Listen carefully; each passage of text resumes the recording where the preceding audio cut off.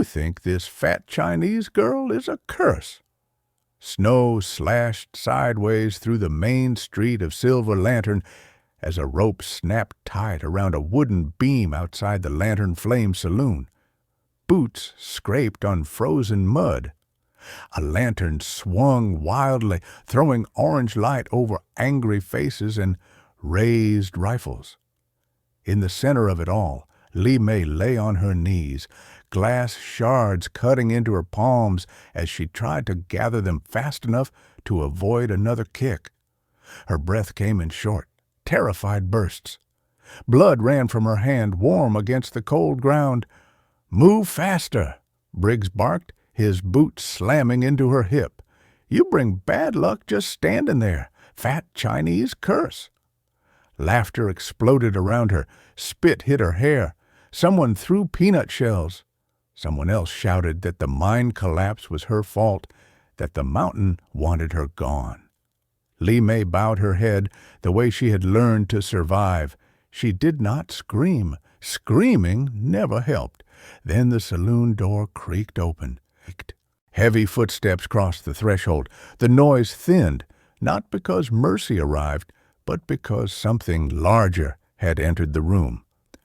A man stood in the doorway, tall enough to block the lamplight, shoulders broad as a cliff face, beard dusted with snow.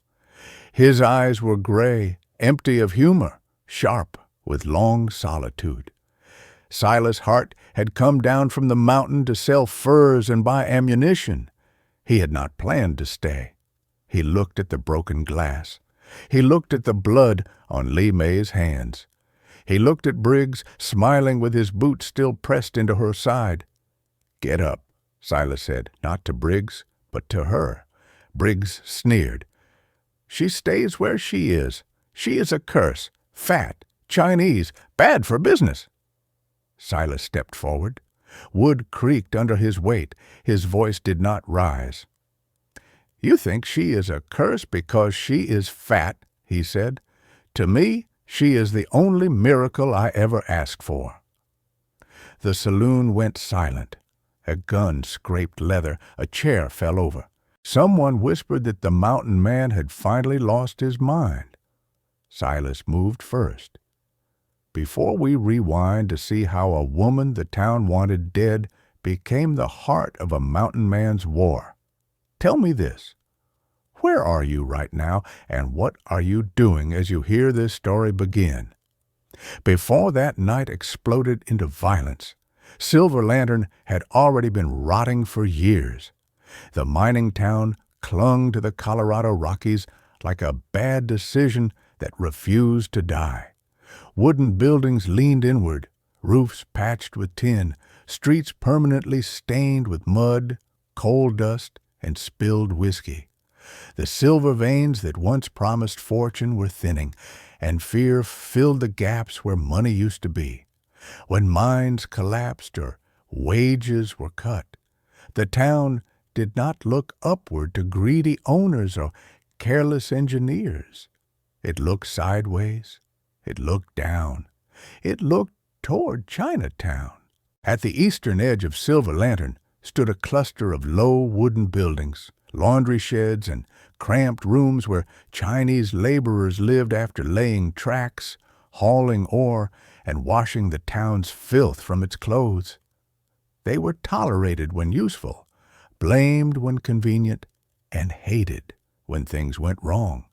Li Mei had lived there since she was 14. She was 25 now, broad-shouldered, heavy-hipped, nearly 380 pounds, moving through the world with a practiced carefulness that came from being told every day that her body was a problem.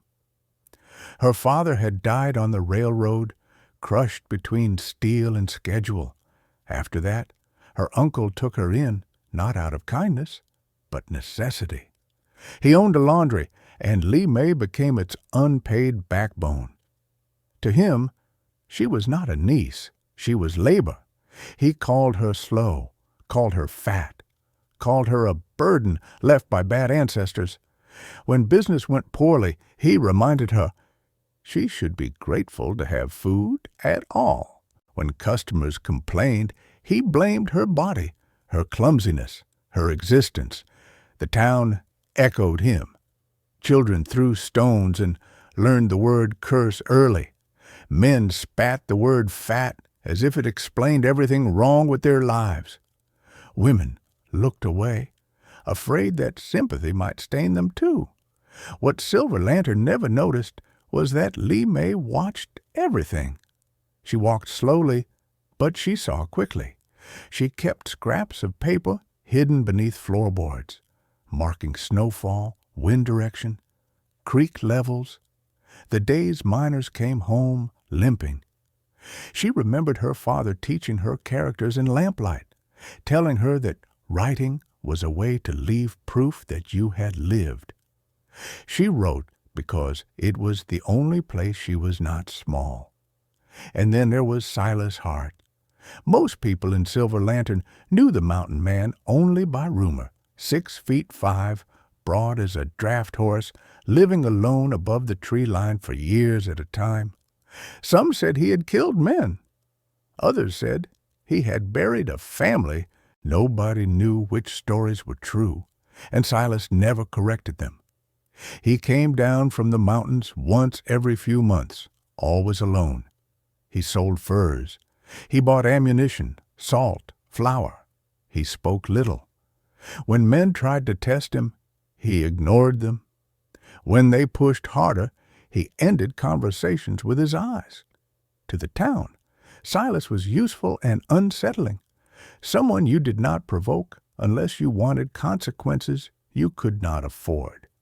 What they did not know was why he stayed alone. Years earlier, Silas had tried to live among people. He had worked claims, shared fires, trusted the wrong men. A dispute over land had turned into gunfire. Someone innocent had died in the confusion. Someone Silas had failed to protect.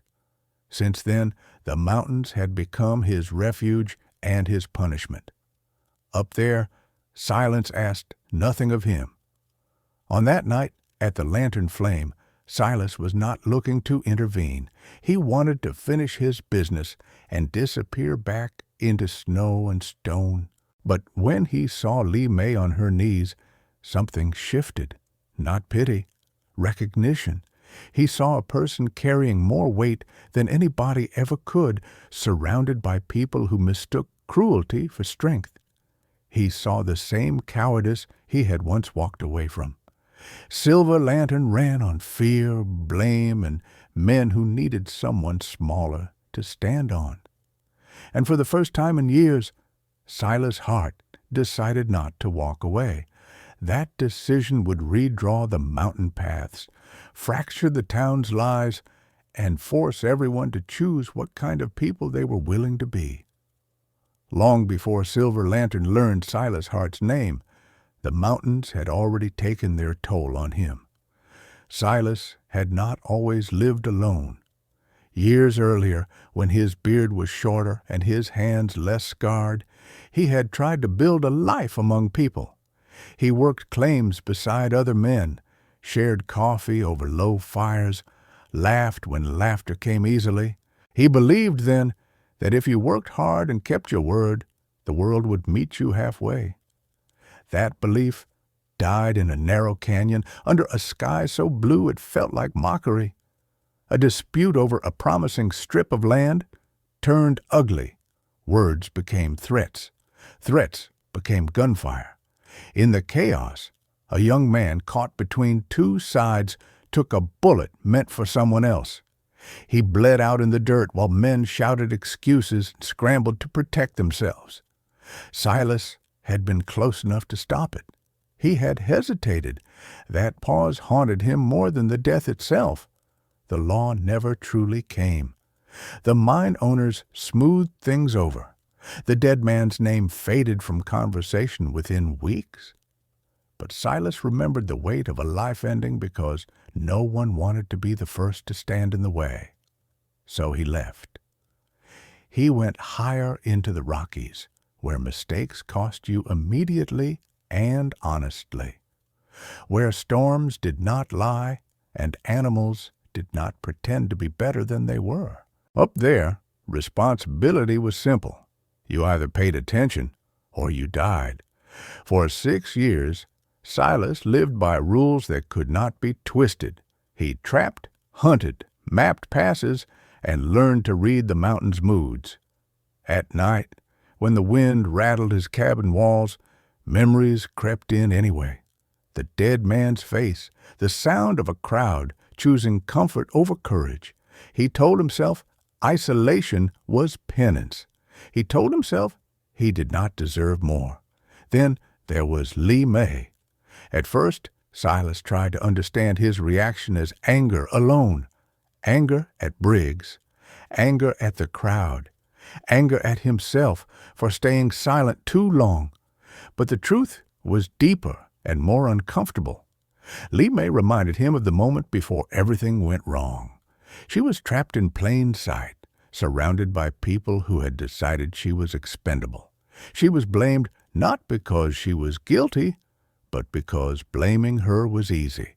And she was still standing, still breathing, still writing her quiet record of the world despite everything done to shrink her. Silas recognized that kind of endurance. What he wanted was not simply to save her from that night. He wanted to refuse the pattern that had defined his past. He wanted to stand between cruelty and its chosen target and say no, even if it cost him safety, peace, or blood. Lee May's wounds ran in a different direction, but they cut just as deep. She had grown up learning that her body was evidence against her, evidence of laziness, of shame, of inherited failure. Every insult reinforced the same lesson. Take up less space, expect less kindness, ask for nothing. Her writing was rebellion disguised as survival. Each note about wind and water was proof that her mind mattered, even if no one else believed it. Each remembered character from her father was a thread tying her to a life where she had been cherished. But fear still lived in her bones, fear that Silas would eventually see her the way the town did. Fear that protection was temporary, fear that being chosen once did not mean being chosen again. Her goal was simple and enormous all at once, to exist without apology. Silas's fear was different. He feared becoming the man who acted too late again. He feared that if he failed now, he would lose whatever remained of his own humanity. His goal was not redemption in the eyes of others, but in his own. Together, they stood at the edge of something neither fully understood. For Lee May, staying meant risking heartbreak in exchange for dignity. For Silas, protecting her meant stepping back into conflict he had sworn off. That night in the saloon had not ended anything. It had begun a reckoning. Silas knew the mountains well enough to recognize when trouble was moving uphill toward him. It arrived 3 days after the saloon incident, carried not by shouting mobs or burning torches, but by a single rider moving carefully along the lower ridge trail. The horse was government stock. The posture was disciplined. This was not a minor drunk on blame. Lee May noticed first. "He rides like someone trained," she said quietly, peering through the cabin window. "Not like the others." Silas stepped outside before the rider could call out. His hand rested near his rifle, not in threat, but in readiness. Old habits never truly left. The man dismounted slowly, palms visible. He was in his early 40s, weathered but clean, with a marshal's star pinned beneath his coat. A scar ran from his temple into his hairline, half hidden, deliberate rather than careless.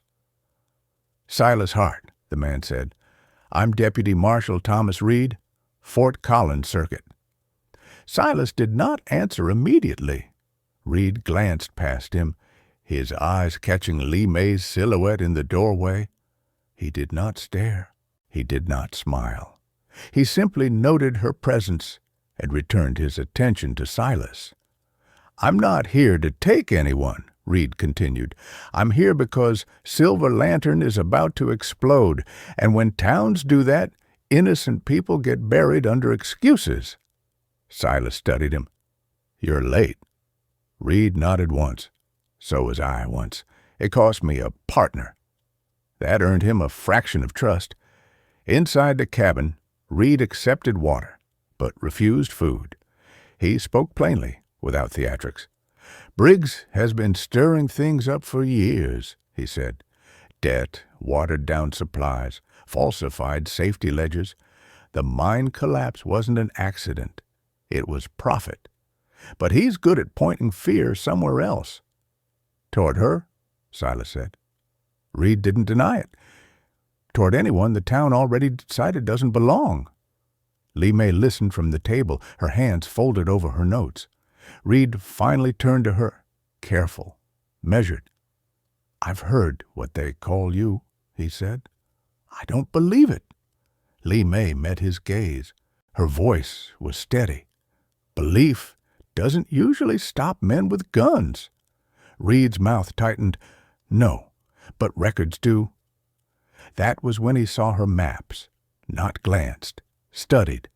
"These markings," he said, pointing, "water flow changes before storms, ventilation drift directions near the mine. You track this?" "Yes," Lee May replied, "because people kept dying, and I wanted to know why." Reed exhaled slowly. "This could bury Briggs legally, if it reaches a federal desk." Silas crossed his arms. "And what's the price?" Reed didn't flinch. "Protection. Temporary. Once this moves forward, I won't be able to stop every idiot with a rifle who wants to feel powerful." Silas understood the deal immediately. "Help us expose the truth, and I'll help you survive the backlash." But there was another tension in the room, heavier than the law. Reed lowered his voice. "There's something else you should know. The mine owners are backing Briggs, and they've put out quiet feelers. You interfere again, Hart, and you won't be labeled a protector, you'll be labeled an outlaw." Lee May looked at Silas, fear flickering despite her resolve. Silas felt the old instinct rise. Leave. Disappear. Protect by distance. Reed watched him closely. "You can still walk away," he said. "I won't blame you. Most men do." Silas didn't answer right away. Then he looked at Lee May, really looked, not at her size, not at the danger she represented to others' lives, but at the calm courage it took to keep writing when silence would have been safer. "No," Silas said, "not this time." Reed nodded, once. "Then here's the deal. You help me get her records to Fort Collins. I'll swear you both under federal protection until a hearing forces the truth into daylight." Lee May closed her notebook carefully. "If I do this," she said, "people will hate me more." "Yes," Reed replied honestly, "but they'll have to argue with facts, not fear." Silas placed a hand on the table beside her, not possessive, steady. "We do it together," he said. Outside, the wind shifted. Down in Silver Lantern, men were already sharpening their anger.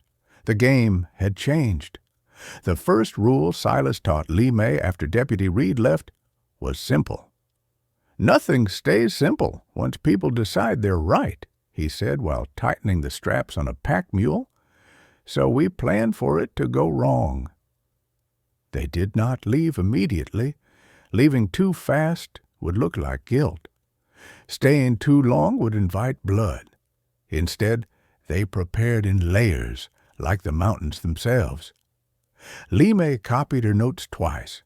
One set went into a waxed canvas roll strapped beneath the mule's belly. Another she hid inside a flour sack, written smaller, tighter, the way her father had taught her when paper was scarce. Silas cached food along two separate routes, one visible and one only he would recognize. If they were chased, he wanted choices. By the second night, Silver Lantern began to tighten like a fist. Word spread that the curse girl had bewitched a mountain brute. That federal law was coming, that mines would close, that jobs would vanish. Fear needed a face, and Lee May's was convenient. The first trial came at dawn. They were halfway down the old timber road when 3 riders blocked the narrow cut. Not Briggs, not miners. These men were better armed, quieter, paid. "Turn back," the leader said. "The girl stays." Silas stepped forward, calm. "No one's staying." The man's eyes flicked to Lee May. "She's trouble." Lee May surprised herself by speaking, "So is truth." The gunfire that followed was brief and ugly. Silas fired to disable, not kill, using the slope and trees to his advantage. A horse went down screaming. One man fled. Another limped away bleeding and furious. When it was over, Lee May's hands shook. "I slowed you," she said, breathless. Silas checked her for injuries. "You stood your ground. That matters." But the danger had teeth now. By midday, smoke rose behind them. Silver Lantern had sent men into the hills. Reed's protection was coming, but distance still ruled the land. The second trial was not bullets. It was doubt. As the trail steepened, Lee May lagged. The altitude bit harder than insults ever had. Every breath burned. Every step reminded her of the body she had been taught to hate. Silas slowed, without comment. "I can't," she whispered finally. "If I slow you again, you'll get caught."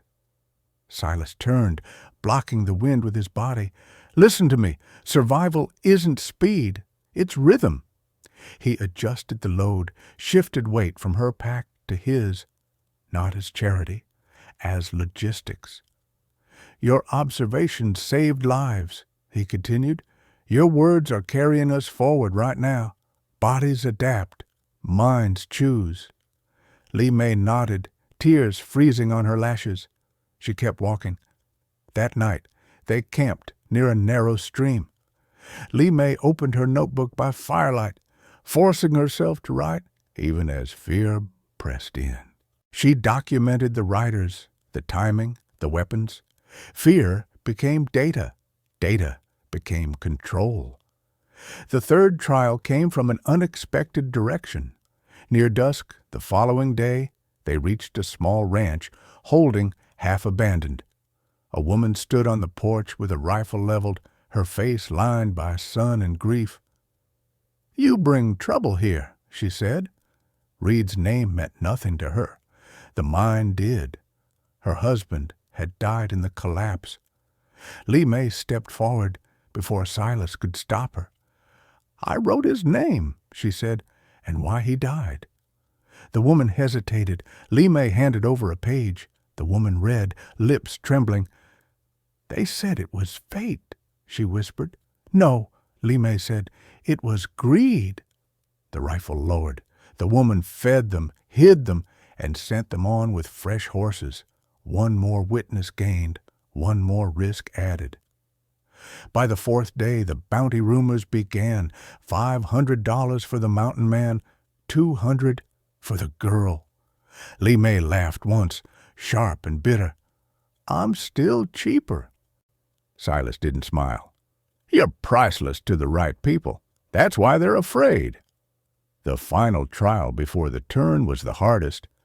At the narrow pass above Clear Fork, the sheriff of Silver Lantern waited with 8 men. Not Briggs, not a thug. Law, bent but recognizable. "You're under arrest," the sheriff said, "for kidnapping and incitement." Lee May felt the old instinct surge, bow, apologize, disappear. Silas felt it too, the urge to run, to choose survival over confrontation. Reed was not there yet. This was the moment that had broken him once before. Silas stepped aside. "Ask her," he said. The sheriff scoffed. "I don't take statements from—" "Ask her," Silas repeated. Lee May stepped forward, heart pounding. Her voice did not waver. I go willingly, I speak freely. And if you arrest us, you arrest the truth with us." She held out her notebook. The men shifted, uncomfortable, curious. The sheriff hesitated, then took the book. He read longer than expected. Finally, he handed it back. "Get out of my county," he muttered, "before I change my mind." They did not wait. As they crossed into federal land that night, Reed's riders appeared behind them like ghosts made solid. Lee May sank to her knees, exhausted. Silas helped her up, hands steady. They were not safe yet, but they were no longer alone, and Silver Lantern had not finished fighting. The mistake Silas made was believing that distance alone could outrun power. Federal land gave them breathing room, not safety. Railroads, mine owners, and judges did not stop at county lines. They followed paper, influence, and fear, and those things traveled faster than horses. Deputy Reed rode with them for 2 days, long enough to hand Silas a folded document beside a cold stream at dusk. "You should see this before someone else decides how the story ends," Reed said. It was not a warrant. It was worse, an affidavit signed by Judge Harold Whitcomb of Silver Lantern, a man known publicly as fair, educated, church-going. The paper declared Lee May an agitator responsible for labor unrest, and Silas Hart an armed conspirator. It authorized private enforcement under territorial emergency statutes. Bounty hunters, legally protected. Silas stared at the signature. "Whitcomb spoke at the memorial," he said. "He promised the widow's answers." Reed nodded grimly. He also owned stock in the mine through 3 intermediaries. The ground seemed to tilt. For Lee May, the twist cut deeper. She recognized the judge's phrasing, the cadence, the way Chinese names were reduced, misspelled, made small. "My father translated contracts for the railroad," she said slowly. "Whitcomb paid him. When my father complained about missing wages, the judge told him to be patient." She looked up, eyes burning. 3 months later, my father died in a work accident. The silence that followed was heavier than gunfire. The enemy was not the drunk in the saloon, not even Briggs. It was the man who shook hands, quoted scripture, and signed papers that turned people into ghosts. That night, Silas could not sleep. The fire burned low as doubt clawed its way back in, old and familiar. He had run once before, after a judge declared his testimony unreliable because it contradicted a cattle baron. He had survived by leaving. Leaving was what he was good at. He watched Lee May write by firelight, steady even now, cataloging names, dates, patterns, building something dangerous. "If we keep going," he said quietly, "they won't stop. They'll take the book. Or you." Lee May did not look up. "If we stop, they win quietly." Silas clenched his jaw. The choice formed, brutal and clear. Run and live with the weight, or turn back and fight the thing that had no face. The twist tightened when Reed returned at dawn with news. "The judge isn't acting alone," Reed said. "He's coordinating with the railroad marshal. If you surface, they'll frame you for the mine collapse outright. Murder charges." Lee May closed her notebook. "Then we change the battlefield," she said. Silas looked at her. "How?" She met his gaze, no fear in it now. "We stop being the story. We make them the story." Her plan was reckless, precise, terrifying. They would not flee west. They would go east toward Fort Collins, where federal surveyors and newspaper men gathered, where Whitcomb planned to speak at a railroad hearing, where silence would be expensive. Silas felt the old instinct scream at him to disappear. Instead, he nodded. "I won't run again," he said. Not from this. That decision came with a cost.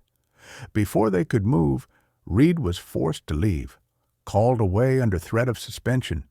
Protection vanished overnight, and just before dusk, a single rider appeared on the ridge above their camp, watching, unmoving. Li Mei knew what that meant. "They've marked us," she said. Silas chambered around, eyes cold. "Then we move first." For the first time, Li Mei folded her fear away entirely, not because it was gone, but because she had chosen something heavier to carry: truth, and the willingness to bleed for it. Fort Collins stood louder than Silver Lantern ever had. Steam hissed from locomotives. Hammers rang against iron. The town smelled of coal smoke, ink, sweat, and money. By noon, the square in front of the courthouse was packed. Ranchers in clean coats. Railroad men with ledgers tucked under their arms. Newspaper boys weaving through the crowd, shouting headlines not yet written. At the center stood a wooden platform draped in bunting. Judge Harold Whitcomb was scheduled to speak in 20 minutes, just before the eastbound train arrived. After that, he would be untouchable again, wrapped in distance and paperwork. Silas watched from the edge of the crowd, hat low, rifle hidden beneath a canvas wrap. His pulse beat steady, controlled, the way it always did before a fight. Every instinct told him how many shooters were placed on rooftops, how many plain clothes men watched hands instead of faces. Li Mei stood beside him, notebook pressed against her chest. The countdown had begun. 10 minutes. Whitcomb appeared, escorted by railroad marshals. Applause rippled through the square. The judge smiled easily, raising a hand as if blessing the crowd. 5 minutes. Silas leaned down. "Once we step forward, there's no quiet ending." Li Mei nodded. There never was. The bell of the approaching train rang in the distance. 3 minutes. Whitcomb began speaking, voice smooth and practiced. He spoke of progress, of order, of unfortunate accidents caused by ignorance and superstition. He never said the word Chinese, but everyone heard it anyway. 2 minutes. Li Mei stepped out first. The crowd murmured. A fat Chinese woman in plain clothes, hair pulled back, no fear in her posture. She climbed the steps of the platform before anyone realized she did not belong there. A marshal reached for her arm. Silas moved. He stepped into full view, unwrapped the rifle, and laid it across his forearm without raising it. "I wouldn't," he said calmly. Every head turned. Whitcomb froze, smile faltering for the first time. 1 minute. Li Mei faced the crowd. Her voice was not loud, but it carried, sharpened by silence. "My name is Li Mei. You were told I am a curse, a cause of collapse, a body to blame." She opened the notebook. "These are the names of the men who died in the Silver Lantern mine. This is when the supports were removed. This is who signed the cost reductions." She held up the page. Judge Whitcomb. A wave of shock rippled outward. Whitcomb recovered fast. "This woman is an agitator," he snapped. "She is inciting—" "The truth," Silas cut in. He raised the rifle not at the judge's head, but at the rope holding the courthouse bell. The crack of the shot split the air. The bell fell, ringing wildly as it hit the ground. Chaos surged, but Silas did not fire again. He did not need to. Li Mei continued. "These contracts were translated by my father.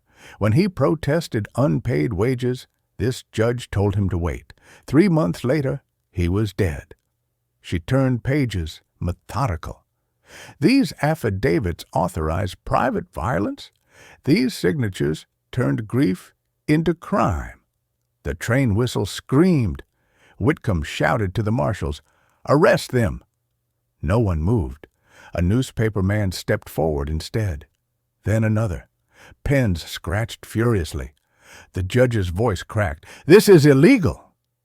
Silas stepped closer to the platform, eyes locked on Whitcomb. "So was stealing wages," he said. "So was calling murder an accident." A marshal finally drew his gun. Silas shifted, placing himself between Lee May and the muzzle. Lee May reached out and touched Silas's arm. "No more hiding," she said. She faced the marshal. "Shoot me if you must, but you'll do it in front of witnesses with names and dates that won't burn." The train roared into the station. Whitcomb looked around and saw it then. Not guns, not fists, eyes, hundreds of them. The marshal lowered his weapon. Silas exhaled slowly, the fight draining from his shoulders. This time he had not won by disappearing. He had won by standing still. As deputies moved in to detain Whitcomb, the judge screamed about laws and order. His voice was swallowed by the noise of the crowd, by questions shouted, by truth finally given air. Silas took Lee May's hand. Her grip was firm. The bell lay cracked on the ground, still ringing faintly. Time had run out. The mountains did not cheer. They never did. They only watched as men changed.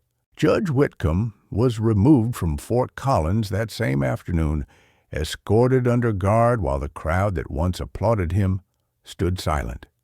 By sundown, the telegraph lines carried his name east, followed by words that could not be recalled. Fraud, negligence, incitement, blood on paper, silver lantern fractured. Some miners left within days, ashamed or afraid. Others stayed, quieter now, forced to look at the empty bunks and finally understand why they were empty. The mine reopened under new oversight. Wages rose. Safety timbers returned. No one called it justice, but it was something closer to truth. Briggs vanished before a warrant could reach him. No one searched very hard. Lee May's notebooks became evidence, then testimony, then history. Hand copied at first, then printed. Her name appeared in small type beneath larger headlines. But it appeared. For the first time, she was not described by her body or her blood, but by her words. Silas refused offers of work, money, protection. He took only what was needed and returned to the high places where wind replaced voices. Lee May went with him. The cabin expanded slowly, a table near the window, shelves for books and maps, a door that never locked from the inside. Sometimes riders passed below and pointed, sometimes they turned away. Up on the mountain, none of that mattered. At night, a single lantern burned, steady against the dark. In the Wild West, people learned to name their fears and call them curses. It was easier than admitting greed, cowardice, or cruelty. Laws were written far away, but choices were made up close, one heartbeat at a time. Honor was never about who spoke the loudest or carried the biggest gun, but who stood still when it mattered most. Silas chose to stand. Lee May chose to speak, and the mountain kept their truth. Now tell me this, before the fire burns out and the trail goes cold, where are you, and what are you doing as you hear the end of this story? Write it in the comments and let me know.